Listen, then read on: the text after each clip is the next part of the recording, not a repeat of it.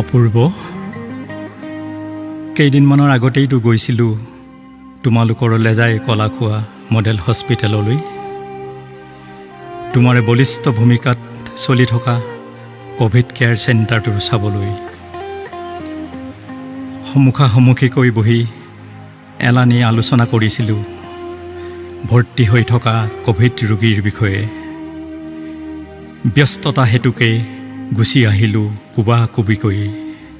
চাহ খোৱাৰ কথা কৈছিলা যদিও সেইদিনা তোমাক বেছ ভাগৰুৱা যেন লাগিছিল। বোধহয় ক'ভিড চেণ্টাৰৰ কামৰ হেঁচা বাৰুকৈয়ে বাঢ়িছিল। সেয়াই আছিল জীৱিত অৱস্থাত তোমাৰ সৈতে কটোৱা মোৰ শেষ মুহূৰ্ত। আজি তোমাৰ মুখখনো দেখিবলৈ পোৱা নাই। তৰপীয়াকৈ মেৰিয়াই থৈছে তোমাক।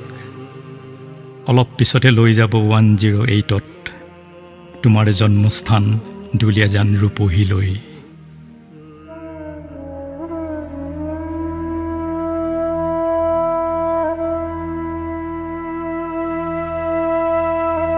এয়াই হ'ব তোমাৰ জীৱনৰ শেষ ৰথ যাত্ৰা। তুমি খেলি ডাঙৰ হোৱা গাঁৱৰ ঘৰখনলৈ। চাবলৈ নেপালোঁ হেঁপা পলুৱাই। মাথো শ্ৰদ্ধাঞ্জলি জনাইছোঁ আৰু কামনা কৰিছোঁ বিদেহী আত্মাৰ চিৰশান্তি। অপূৰ্ব, তুমি হাঁহি থাকা, সদায় হাঁহি থকাৰ দৰে।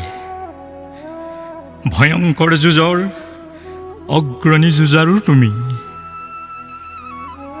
অসমে তোমাক মনত ৰাখক বা নেৰাখক, অসমে তোমাক শ্বহীদ বুলি মানক বা নেমানক, তুমি অমৰ শ্বহীদ হৈ সদায় থাকি যাবা মোৰ বুকুৰ মাজত, হৃৎপিণ্ডৰ প্ৰতিটো স্পন্দনত, ধমনীয়ে প্ৰবাহিত প্ৰতিটো ৰক্তকণিকাত।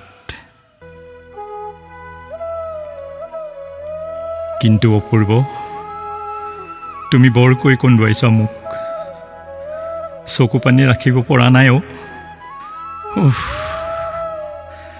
বৰ কষ্ট পাইছোঁ বুকুৰ কোনোবাখিনিত। কিবা এটা কৰাচোন।